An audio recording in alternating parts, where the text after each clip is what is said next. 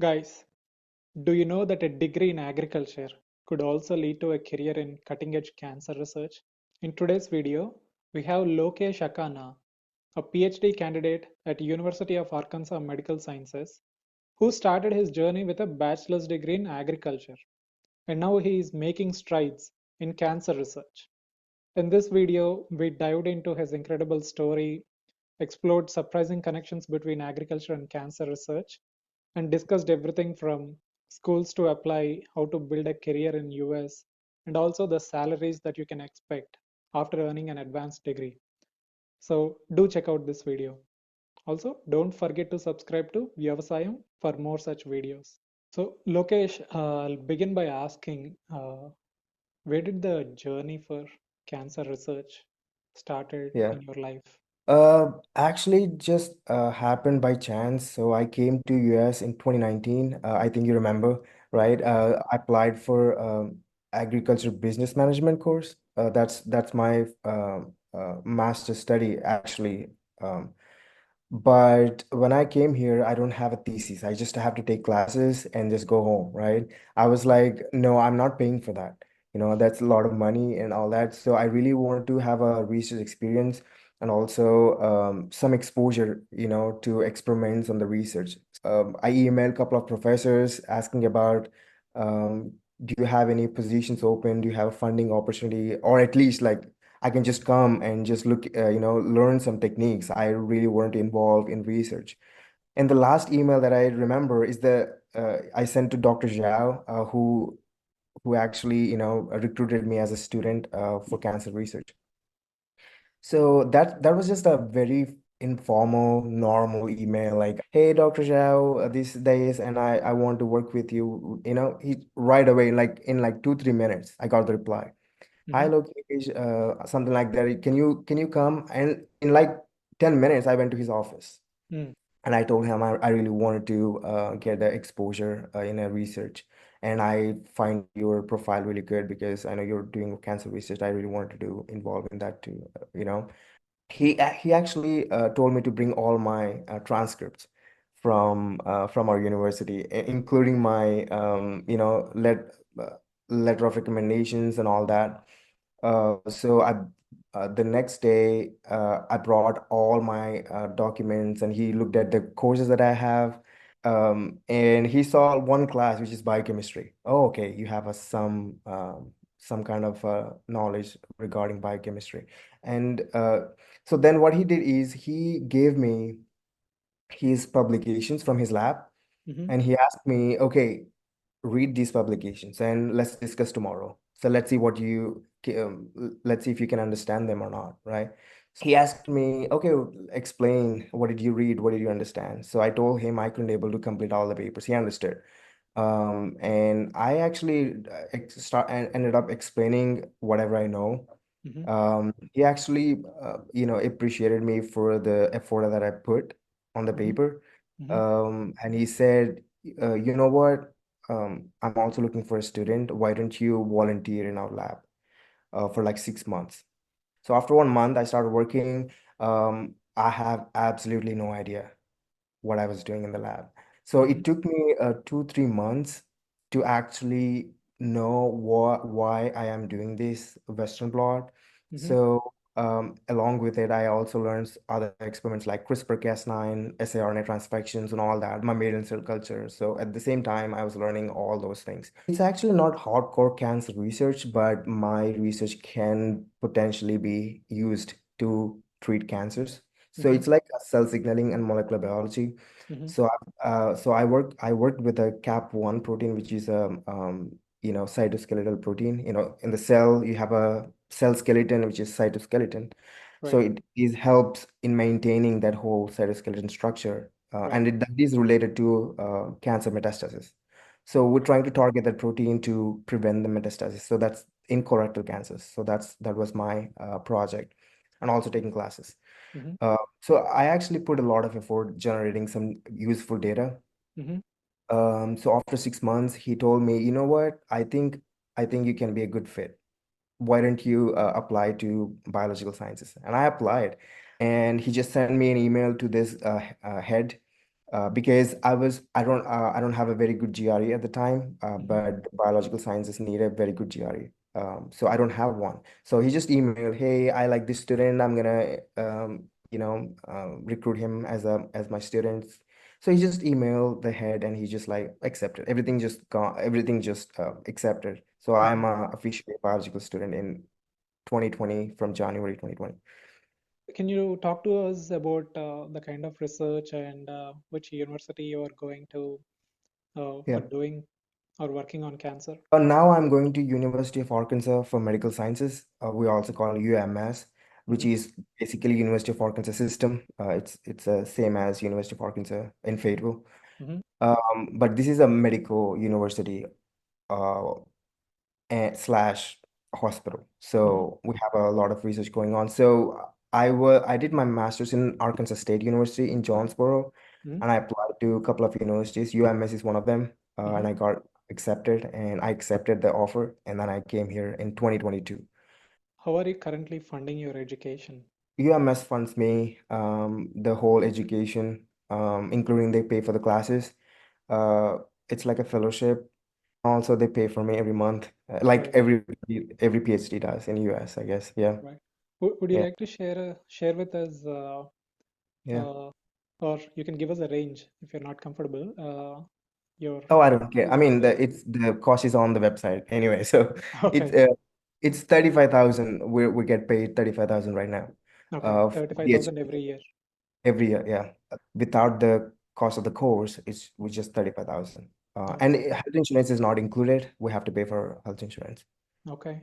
So how Yeah. long are the PhDs in Mm. biomedical or cancer related research in terms of time? So the average PhD timeline at UMS is 5 years. Mm-hmm. So some people graduate in 4 years. I have seen students graduated in 4 years. Wonderful, great students Right. work very hard. And I also see wonderful, great students work very hard, graduate in 6 years. So it really depends on your experimental project and aims and how lucky you are in terms of getting the results. Right. Um, so I would say average 5 years. Yeah, Okay. yeah, So you just mentioned the initial stages of transition from agriculture to yeah. molecular biology or anything related to cancer was challenging for you. What would you suggest some aspiring candidates who are Yeah. switching fields? Yeah. What would you recommend them? How can they come prepared? It's very difficult for bachelors in agriculture students to accepted into biomedical research because first of all we don't have a research experience at all from India, right? Mm-hmm. Second of all, we don't have a background in the cancer research. Mm-hmm. So I would recommend maybe go to internships, like maybe summer internships. Mm-hmm. Uh, just if you're really interested, just pay the money to get that experience. Right. We have a very good institutes in India, like CCMB, and there are good hospitals, like in Mumbai or Delhi. We have a good research hospitals. Mm-hmm. You can just pay some money to actually get the exposure and also just publish like one or two papers, Mm-hmm. and then you have you can project yourself, you're a good candidate for PhD in biomedical sciences, right? Okay. And you can explain in your SOP, I really want to do cancer research. I do have some experience in doing cancer research, even though I am bachelor's in agriculture. Just Right. show your motivation why you want to do this. Okay. So get that experience, and after that, then apply. If somebody Mhm. brings in that expertise, even if Yeah, you're coming from a different background, there is yeah. a chance that people will take a Yeah. chance on you. Yeah, I think there is a chance. It's not about your grades or anything else. It's like your motivation. The SOP play a major role, Okay. honestly. So they read your SOP and they want to see how hard you want to work. If you truly shows your motivation in the SOP and also come up with some sort of experience Hmm. in cancer research. PhD is also about being independent. Okay. Uh, there is no way that the PI is gonna spend some time and like spend the time and just guide you through every single step. No, I don't think it's gonna happen. So you have to design your own experiments and you have to come up with the project. You also figure out things on the way, and it's you. You have to do everything by yourself. Although yes, we get support from our PIs, obviously the support that we need. Mm-hmm. But if you cannot be independent by yourself, it's not worth it. It's going to be extremely stressful, Mm-hmm. um, painful for everybody. Okay. So yeah, just come up with it's also think about yourself. Just learn some experience. They have that experience, like writing experience, get that research experience so that you don't have to struggle when you come here, right? Right. So yeah, that's my suggestion. Okay. So, how important do you think is GRE and TOEFL scores in getting an admission in Yeah. molecular biology or cancer Yeah. I biology? think biomedical universities stop accepting GRE, I believe. And there are people who do not have a master's degree at all. Half of my friends actually came from bachelor's degree.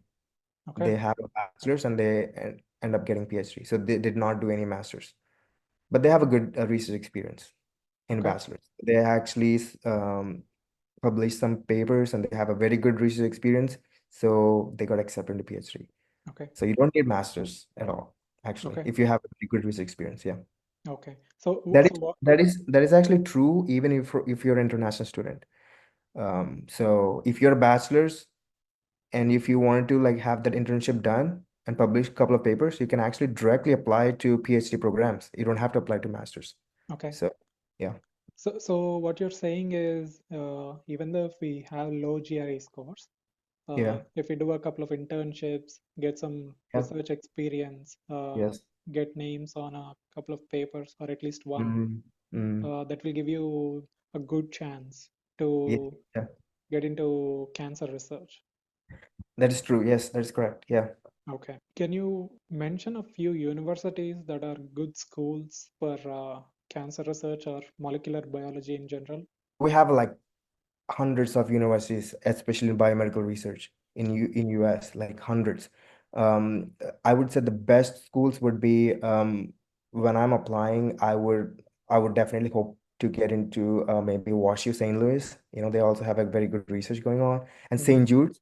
St. Jude's is very good. So I would say St. Jude's and UMS have this similar research, Mm-hmm. but St. Jude's have a reputation, and they have a very good funding. There's so much funding going on, and they pay actually more than us. They pay like 40,000 per grad students, but they don't accept international students. Okay. So, so you have no hope for St. Jude's, I guess.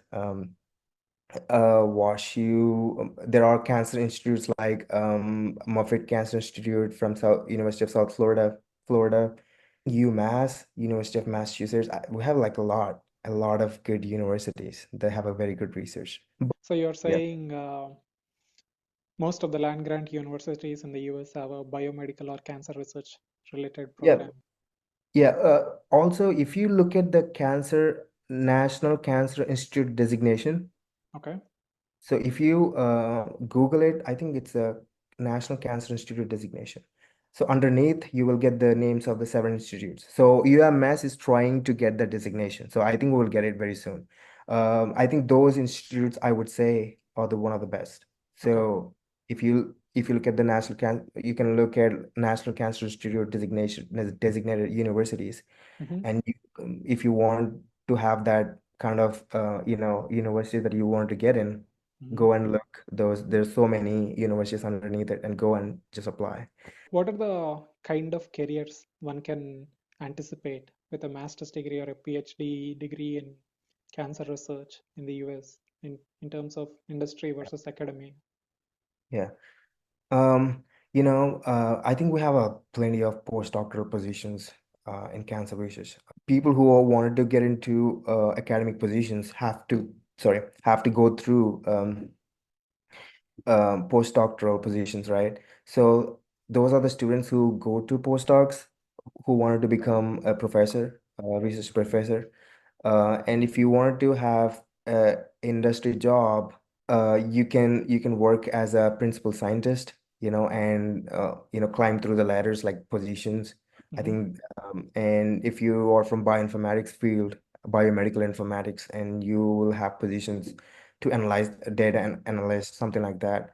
Okay. We have like plenty of jobs in US, especially in the big companies. I think biomedical, especially cancer research, is a very well, I think one of the top funded research area right now. There's Sure. so many opportunities, I would say, if you just need a passion for that research. Yeah. Okay. So can you give us a range of Hmm. salaries for positions Yeah. with a master's degree or with a PhD degree? I think at UMS they pay for postdocs like 60,000 or something like that, Okay. 60. I think at St. Jude's, I heard they pay like 80, 90, but I'm not sure that is correct. But I think they pay definitely more than UMS, like 70, 80, I believe.